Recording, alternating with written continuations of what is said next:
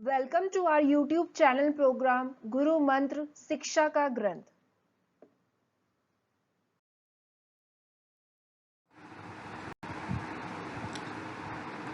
Today we are going to study about another important signal transduction pathway, that is insulin signal transduction pathway. But before proceeding towards this pathway, there are certain terms, certain facts, certain important things that you should know for the better understanding of this pathway. So let's begin. Alright, here is a small screenshot that is showing already discussed content. Lastly, हमने जो है RAS MAP kinase pathway के बारे में discuss किया था and today we will start insulin signaling transduction pathway. सिर्फ देखिए pathway आपको नहीं समझना है, इससे रिलेटेड एक टर्म यहाँ पर आई है जो कि एक हार्मोन का नाम है, दैट इज इंसुलिन। डायरेक्टली उससे रिलेटेड भी बहुत सारे क्वेश्चंस पूछ लिए जाते हैं CSIR में नहीं और भी बहुत सारे एग्जाम्स में, सो इसके बारे में जानना ज़रूरी है। Alright, here are certain terms that certain processes that you must know before proceeding towards the real pathway. See, pathway है तो अपने साथ कुछ ना कुछ significance लिए हुए है, at last उसका भी कुछ motive है, कुछ फंक्शन निकल कर आएगा, बॉडी में कुछ चेंजेस होंगे, बट उस पाथवे से पहले कुछ और टर्म्स हैं जो कि उसमें इन्वॉल्व हैं, उसके बारे में आपको पता होना ज़रूरी है for the better understanding of pathway.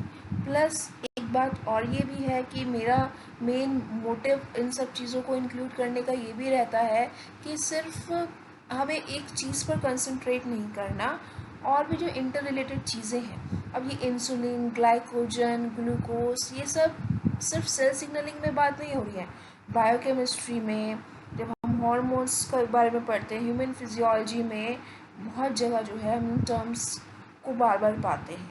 Fine, तो वहाँ से भी क्लियर जो है कंसेप्ट्स हो जाते हैं। पाथवे से रिलेटेड क्वेश्चन आए ना आए, इनसे रिलेटेड भी बहुत सारे क्वेश्चंस आ जाते हैं, तो साथ के साथ वो भी आपका जो है प्रिपेयर होता चला जाएगा। So let's start. First one is glucose, very simple, carbohydrate है, C6H12O6 इसका formula है, and glucose word came from a Greek word that means sweet. Fine, and it's a type of a sugar we get from food and used it as an energy source. Glucose एक main source है, major source है energy का। After proper digestion, carbohydrates का जब proper digestion हो जाता है और ग्लूकोज ट्रैवल करती है ब्लड स्ट्रीम से हमारे सेल्स की तरफ, तो अब इसको क्या कहा जाता है, इसको ब्लड ग्लूकोज भी कहा जाता है या ब्लड शुगर भी कहा जाता है normally. Fine, so it's very easy. Glucose के बारे में और भी बहुत सारे फैक्ट्स आपको पता होंगे। मेन जो रोल है, लीड जो रोल है, वो इसी का ही है, ग्लूकोज का। ग्लूकोज को ही फिक्स करना है हमें इंसुलिन सिग्नल ट्रांसडक्शन पाथवे में। फाइन, ऑलराइट, कैसे करना है, क्यों करना है, वो बातें भी आएंगी। Next is what transportation of glucose in cells, another important thing. अब ट्रांसपोर्टेशन जो है वो फैसिलिटेटेड डिफ्यूजन के थ्रू होता है ग्लूकोज का मेनली।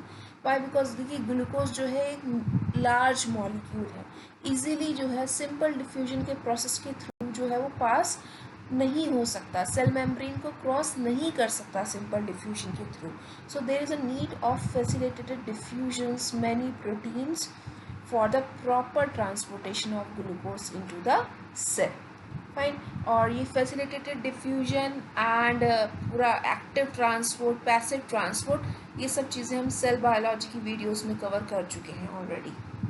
ट्रांसपोर्टर्स जो हैं वो प्रेजेंट होते हैं, like GLUT4 glucose transporter is there for the proper transportation of glucose in the cells. अलग अलग सेल्स, बिकॉज देखिए सेल्स को तो एनर्जी चाहिए ही चाहिए प्रॉपर वर्कआउट करने के लिए, अपना फंक्शन करने के लिए। फाइन, और हर सेल को चाहिए, मसल सेल्स को भी चाहिए, नर्व सेल्स को भी चाहिए।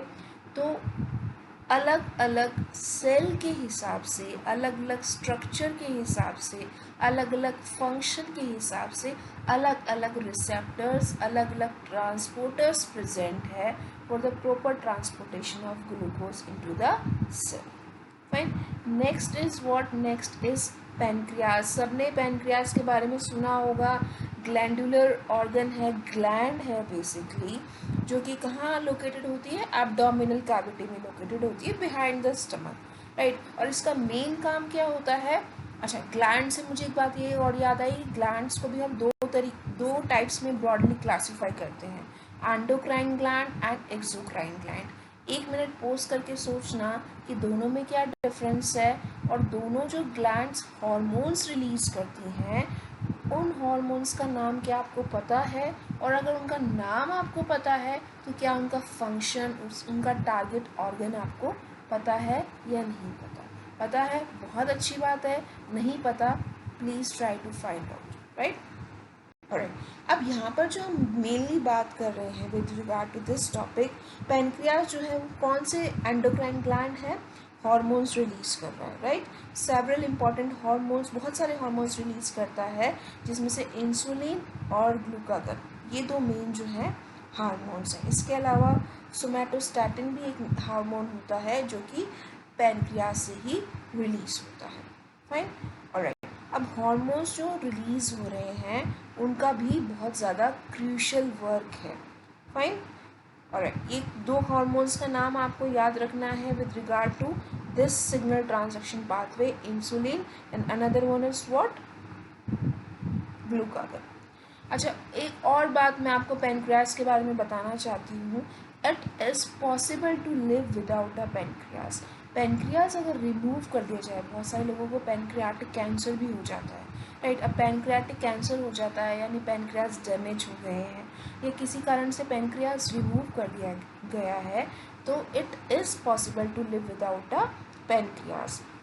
But the thing is that when the entire pancreas is removed, people are left without the cells that make insulin and other hormones. Obviously, pancreas remove कर दिया तो जो ये हार्मोन बना रहा था, राइट, डाइजेस्टिव पैंक्रियाटिक जूसेस बना रहा था, डाइजेशन में जो मदद कर रहे थे, वो सब नहीं हो पाएगा।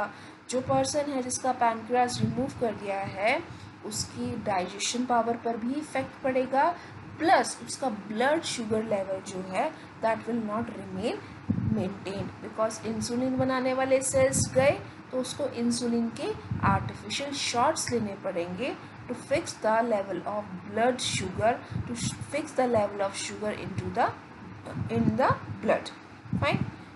और मोर ओवर पेनक्रियास का ट्रांसप्लांटेशन भी होता है, और इन average life span 8 to 10 years जो है वो पर्सन अगर प्रॉपरली पूरी मेडिकेशंस पर चले, प्रॉपर पूरा प्रोसीजर फॉलो करे, तो 8 से 10 साल जो है आराम से निकाल सकता है, fine.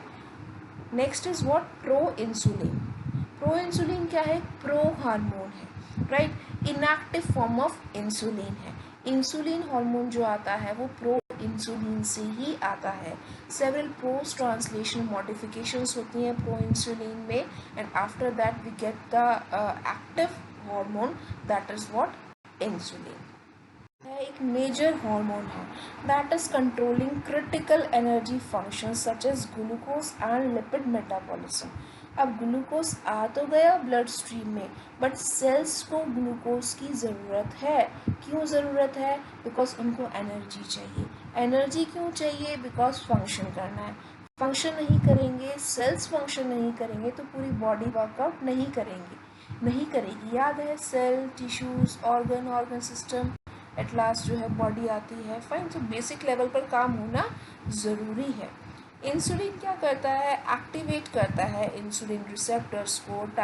Insulin tyrosine receptors are there, tyrosine kinase receptors are there, जिसपे अगेन फॉस्फोराइलेशन का जो है पूरा मैकेनिज्म इन्वॉल्व होता है।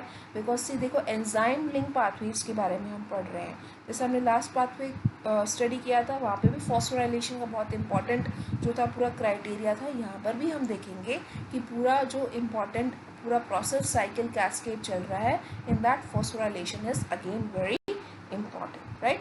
सो फिक्सिंग ऑफ ग्लूकोज, सेल्स जो अपटेक करेंगे ग्लूकोज को, दैट इज थ्रू इंसुलिन। और ये इंसुलिन कहाँ बनेगा? पेनक्रियास में बनेगा। अल्फा और बीटा सेल्स हैं, बीटा सेल्स इंसुलिन बनाएंगे, एंड जो अल्फा सेल्स है that will make what, glucagon. Next is what, glucagon. Glucagon जो है यहाँ मैं मेंशन करना भूल गई हूँ। इंसुलिन और ग्लूकागन जो है यही दो हार्मोन्स होते हैं जो कि सीक्रेट होते हैं from the islet cells from the that are located within the pancreas, right. अब ग्लूकागन जो है वो अपोजिट काम करता है इंसुलिन का। अगर ब्लड में ज़्यादा शुगर है, ज़्यादा ग्लूकोज है, तो उसको कौन फिक्स करेगा? इंसुलिन। और अगर ब्लड में कम शुगर है and still we need glucose, तो उसको कौन लाएगा? ग्लूकागन। दोनों ही हम पाथवेज में देखेंगे कि किस तरीके से फंक्शन करेंगे और किस तरीके से जो है बॉडी को ग्लूकोज की रिक्वायरमेंट जो है वो मेंटेन रहेगी। Fine. So opposite of insulin is what? Glucagon. Next is what? Glycogen. Glycogen क्या है? Stored form of glucose. अब ग्लूकोज जितना बॉडी को चाहिए बॉडी उतना ही यूज़ करेगी। इसके अलावा जो ग्लूकोज होगा वो सेल्स में जाके स्टोर हो जाएगा।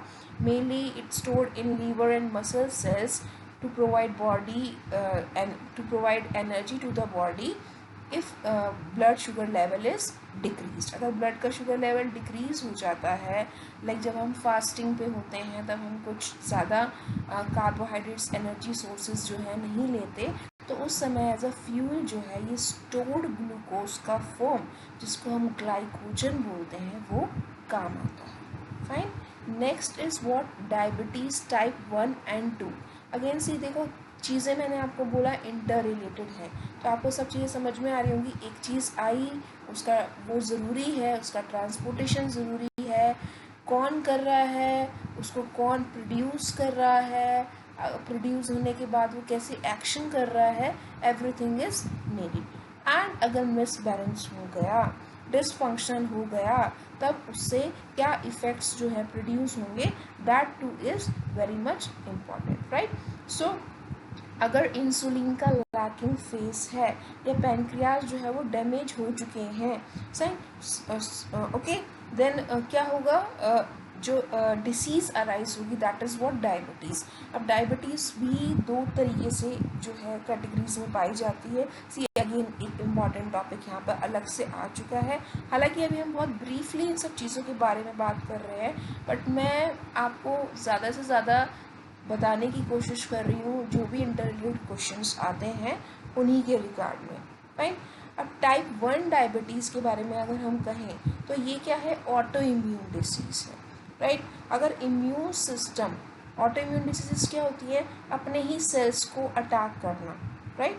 अपने ही सेल्स को अटैक करना जब बॉडी शुरू कर देती है तब ऑटो इम्यून डिसीज़ जो है वो अराइज हो जाती है। और इसमें बॉडी बेसिकली किस इम्यून सिस्टम किसको टारगेट करता है? बीटा सेल्स ऑफ पेनक्रियास को।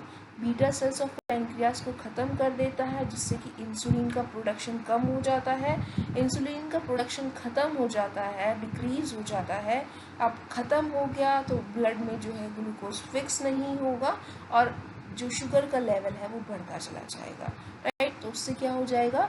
डायबिटीज़ हो जाएगी। But the main thing is that कि डायबिटीज़ टाइप 1 जो है वो मेनली डायग्नोज होती है चाइल्डहुड में, राइट।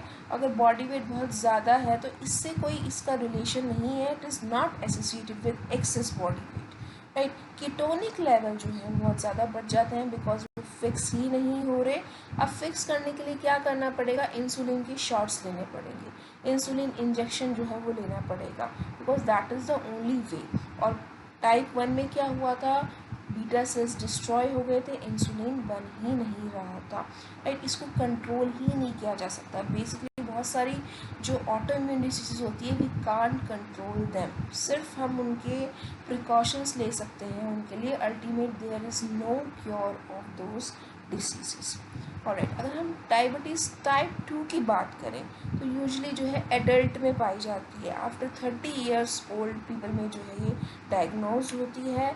और जिसको डायबिटीज़ टाइप 2 है उसमें एक्सेस बॉडी वेट भी देखा जाता है, राइट। हाई ब्लड प्रेशर होगा, कोलेस्ट्रॉल लेवल बहुत हाई डायग्नोज होगा उसका, राइट। और मेडिकेशंस और टैबलेट्स की मदद से इजीली जो है वो ट्रीट कर ली जाती है, फाइन। अब इसमें बेसिकली क्या होता है कि हालांकि ये जो है टाइप 1 से काफ़ी ज़्यादा डिफ्रेंशिएट करती है, राइट।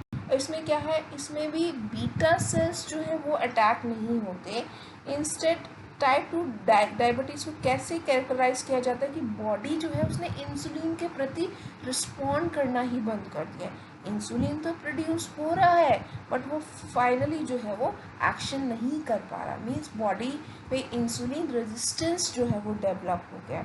अब दोनों ही केसेस में क्या होगा, शुगर लेवल जो है वो बढ़ेगी बिकॉज इंसुलिन ही जो है उसको फिक्स करेगा। फाइन।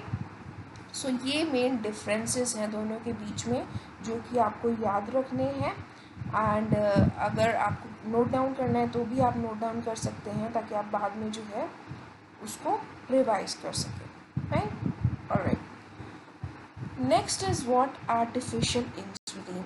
अब ये भी एक बहुत मेजर जो है गोल्डन वर्क कह लीजिए, फर्स्ट गोल्डन मॉलिक्यूल कह लीजिए बायोटेक इंडस्ट्री का था आर्टिफिशियल सिंथेटिक इंसुलिन। राइट, जो कि रिकॉम्बिनेंट डीएनए टेक्नोलॉजी की मदद से जो है वो बनाया गया था। And bacterial and east sales में क्या यूज़ लेकर जो है आर्टिफिशियल इंसुलिन जो है वो बनाया जाता है और देन उसके जो है वो शॉट्स लिए जाते हैं इंजेक्शन की फॉर्म में जो है। बहुत सारे पेशेंट्स जो हैं इसके शॉट्स लेते हैं और अपना ब्लड शुगर लेवल जो है वो मेंटेन करते हैं। Fine fine, alright. ये कुछ इम्पॉर्टेंट चीज़ें बहुत इम्पॉर्टेंट थी आपको ये पाथवे अच्छे से समझने के लिए। कुछ और भी इम्पॉर्टेंट चीज़ें हैं, एक दिन देख लेते हैं उनको भी।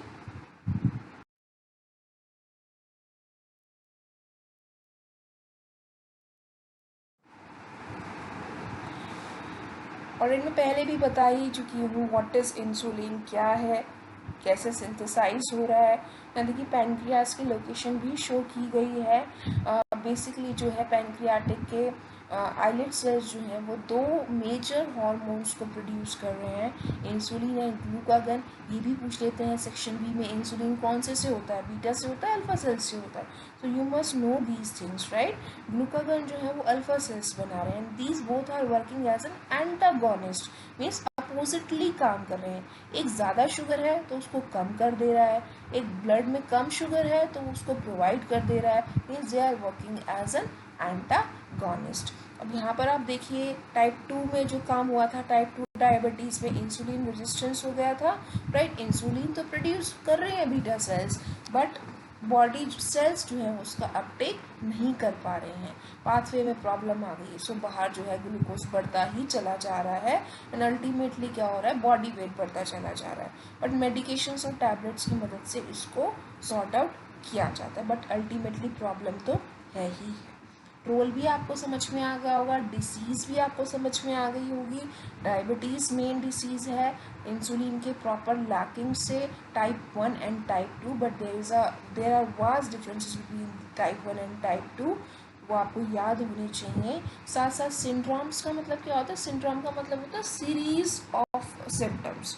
राइट, एक डिसीज़ नहीं है, बहुत सारी डिसीजेस इकट्ठी हो गई हैं, बहुत सारे सिम्टम्स दिखाई दे रहे हैं, that are what, syndromes. Right, so syndromes भी आ रहे हैं, बहुत सारे बॉडी वेट इंक्रीज हो रहा है और बीपी बढ़ रहा है, कोलेस्ट्रॉल लेवल बढ़ता चला जा रहा है। सो ये सब सिंड्रोम्स हैं जो कि इससे रिलेटेड है। Lastly importance of insulin signal transduction pathway बताने की आई गेस ज़रूरत नहीं होनी चाहिए कि क्या इम्पॉर्टेंस है इंसुलिन सिग्नल ट्रांसडक्शन पाथवे की।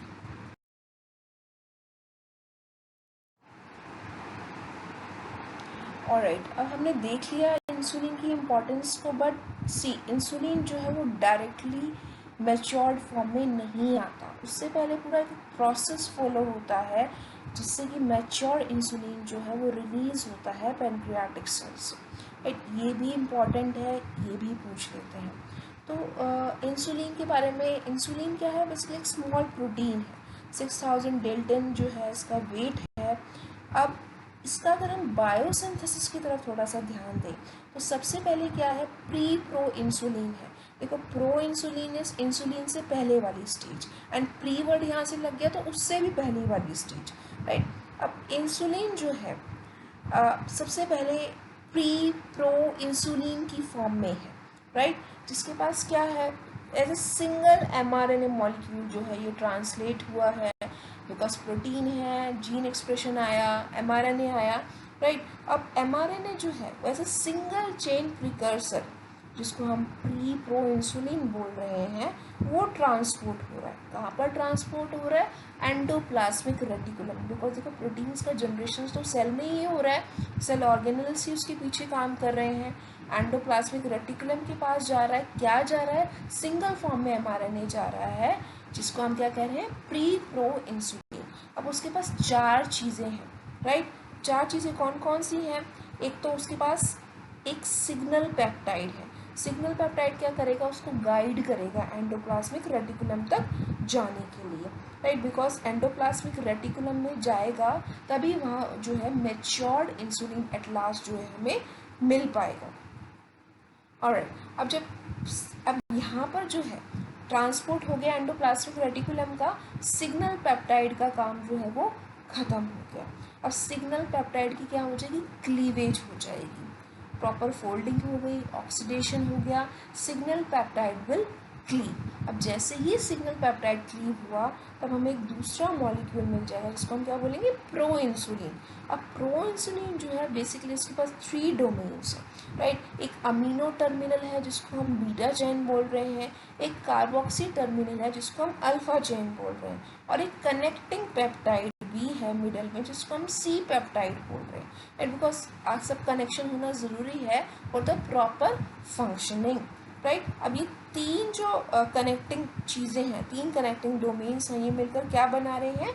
प्रो इंसुलिन बना रहे हैं। और फाइनली हमें क्या चाहिए? हमें इंसुलिन चाहिए, right, with in the endoplasmic reticulum. अब प्रो इंसुलिन क्या होगा? वो भी बहुत सारे स्पेसिफिक एंडोपेप्टाइडेजेस एंजाइम से जो है वो इंट्रोड्यूस किया जाएगा। एंजाइम से एंडोपेप्टाइडेजेस, एक्सोर एंडोपेप्टाइडेजेस के बीच में आपको डिफरेंस पता होगा, राइट। एंडोपेप्टाइडेजेस से जो है वो ट्रीट होगा और अल्टीमेटली सी चेन जो है वो एक्साइज आउट हो जाएगी, डिटैच हो जाएगी। आपको दिख रहा है नीचे इंसुलिन बना, उसमें केवल 2 ही फंक्शनल चेन्स जो है वो प्रेजेंट हैं, बी एंड ए, और सी जो है वो अलग हो चुकी है, right? So C chain will be excite, C peptide will excised out, thereby generating the matured form of insulin at last, जो कि प्रॉपर फंक्शनिंग के लिए ज़रूरी है। और एट लास्ट में क्या होगा? प्रॉपर पैकेजिंग होगी, गोल्गी अपैरेटस में आके ट्रांसपोर्टेशन होगा, और जब भी ज़रूरत होगी रिलीज हो जाएगा with the help of proper mechanism. जब प्रॉपरली बीटा सेल्स स्टिमुलेट होंगे, देखो बीटा सेल्स भी तो स्टिमुलेट होंगे कि ब्लड में शुगर लेवल बढ़ गई है, हमें इंसुलिन दो फिक्स करने के लिए, राइट। तो when the beta cells is appropriately stimulated, insulin is secreted from the cell by the process of exocytosis and diffuses into the islets capillary, and that will further move on into the blood and perform its biological activity। अभी C peptide का कोई biological role जो है वो नहीं पता चला है। जो मैंने आपको बातें बोली हैं वो यहाँ सब स्टेप फॉर्म में भी लिखी हुई हैं, राइट। सिर्फ इसका इस टॉपिक से रिलेशन नहीं है, अलग से भी बहुत इम्पॉर्टेंट है, बहुत बार पूछ लिया जाता है, राइट। सो अब सब कुछ सेट है कि हम अब इंसुलिन सिग्नल ट्रांसडक्शन पाथवे की तरफ बढ़ सकते हैं, बिकॉज उसमें जितनी भी टर्मिनोलॉजीज़ हैं उसके बारे में हम समझ चुके हैं, उनके पीछे क्या सिग्निफिकेंस है, क्या रोल है, ये भी हमें समझ में आ चुका है। सो in our next presentation, most probably tomorrow only, we will understand the mechanism, we will try to understand the mechanism of insulin signal transduction pathway। साथ में मैं बहुत सारे कुछ MCQ क्वेश्चंस भी आपको दूंगी रिलेटेड टू इंसुलिन, ग्लूकोज, जितने भी मुझे इम्पोर्टेंट लगेंगे कि इम्पोर्टेंट है from exam point of view, वो भी आप सॉल्व करने की कोशिश करना। Thank you so much and good luck.